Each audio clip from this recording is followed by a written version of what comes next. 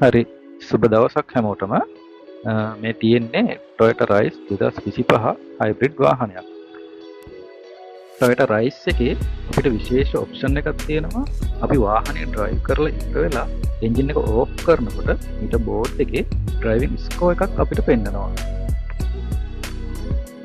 මේ driving score එක automatically වාහනේ මීටර් බෝඩ් එකේ ඩිස්ප්ලේ වෙන්නේ නැහැ. අපි ඒක මැනුවලි සෙටප් කරගන්න ඕනේ.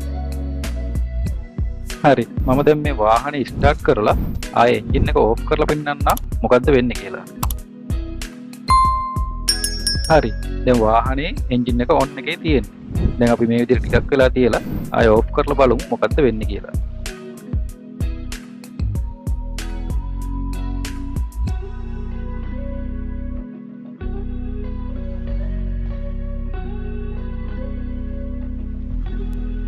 හරි මම දැන් එන්ජින් එක ඕෆ් කරනවා මේ වගේ. දැන් ඔයාලට පේනවා ඩ්‍රයිවිං ස්කෝර් එකක් පෙන්වුවේ නැහැ. හරි දැන් මම ඔයාලට පෙන්නන්නම් කොහොමද මේක සෙටප් කරගන්න ඕනේ කියලා. මුලින්ම එන්ජින් එක ඔන් කරගන්න. ඔයාලට පේනවා මේ ස්ටියරින් වීල් එකේ බටන් ගොඩක් තියෙනවා. ඒ වගේම දකුණු සහ වම් පැත්තේ රවුමට බටන් සෙට් දෙකක් තියෙනවා. ඊට පස්සේ මේ ස්ටියරින් වීල් එකේ වම් පැත්තේ තියෙන ඇරෝ කීස් වල වම් පැත්තට තියෙන ඇරෝ එක ක්ලික් කරනකොට ඔයාලට පේනවා ඩිස්ප්ලේ එක මාරු වෙනවා.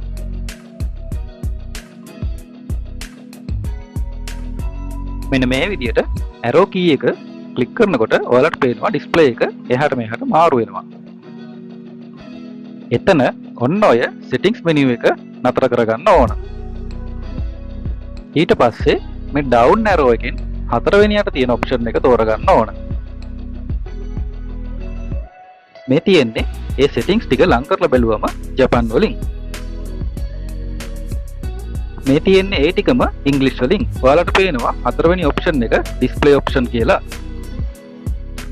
ඊට පස්සේ මේ මැද තියෙන enter button එක ඔබලා අපි එතනින් ඇතුළට යන්න ඕනේ. එතන ඔයාලට පේනවා option 4 බැගින් set දෙකක්.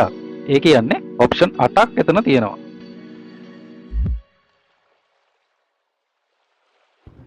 මේ තියෙන්නේ පළවෙනි options 4 ජපාන් වලින්. මේ තියෙන්නේ ඒ options 4ම ඉංග්‍රීසි වලින්. මේ තියෙන්නේ ඊළඟ options 4 ජපාන් වලින්. මේ තියෙන්නේ ඒ options 4 ඉංග්‍රීසි වලින්. ඊට පස්සේ මේ තියෙන options ඔක්කොම අපි on කරගන්න ඕනේ. on වෙනකොට මේ වාහනේ නම් green light එකක් පත්තු වෙනවා. සමහර විට ඔයාලගේ වාහනවල නම් මේක on off කියලා වචනයෙන් ඇති.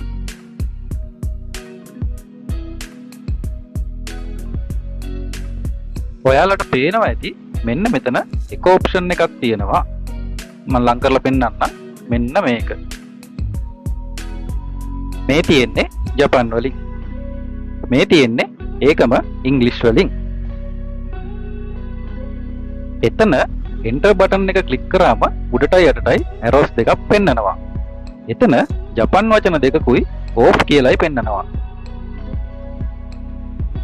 අපි එතනින් අර ඉංග්‍රීසි වල I අකුරයි D අකුරයි වගේ පෙන්නන ජපන් වචනය තෝරගන්නවා.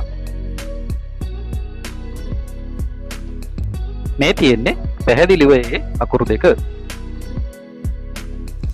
හරි අපි දැන් settings ඔක්කොම හදලා ඉවරයි. දැන් මේ back key එක press කරලා menu එකෙන් back වෙන්න ඕනේ.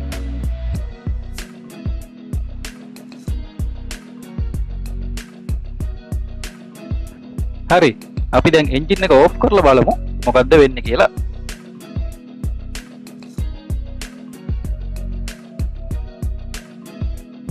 මෙන්න දැන් ඔයාලට පේනවා ඩ්‍රයිවිං ස්කෝර් එක ඩිස්ප්ලේ වෙනවා.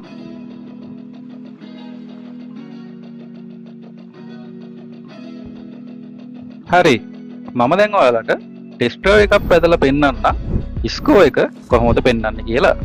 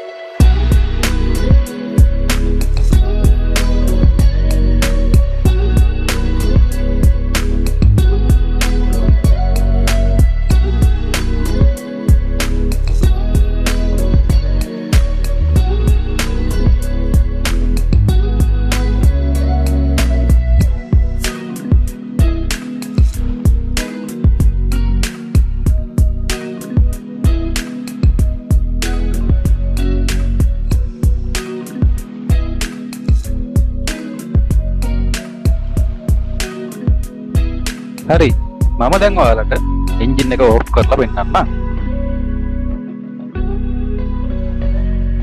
දැන් ඔයාලට පේනවා ඉස්කෝ එක 84ක් තියෙනවා.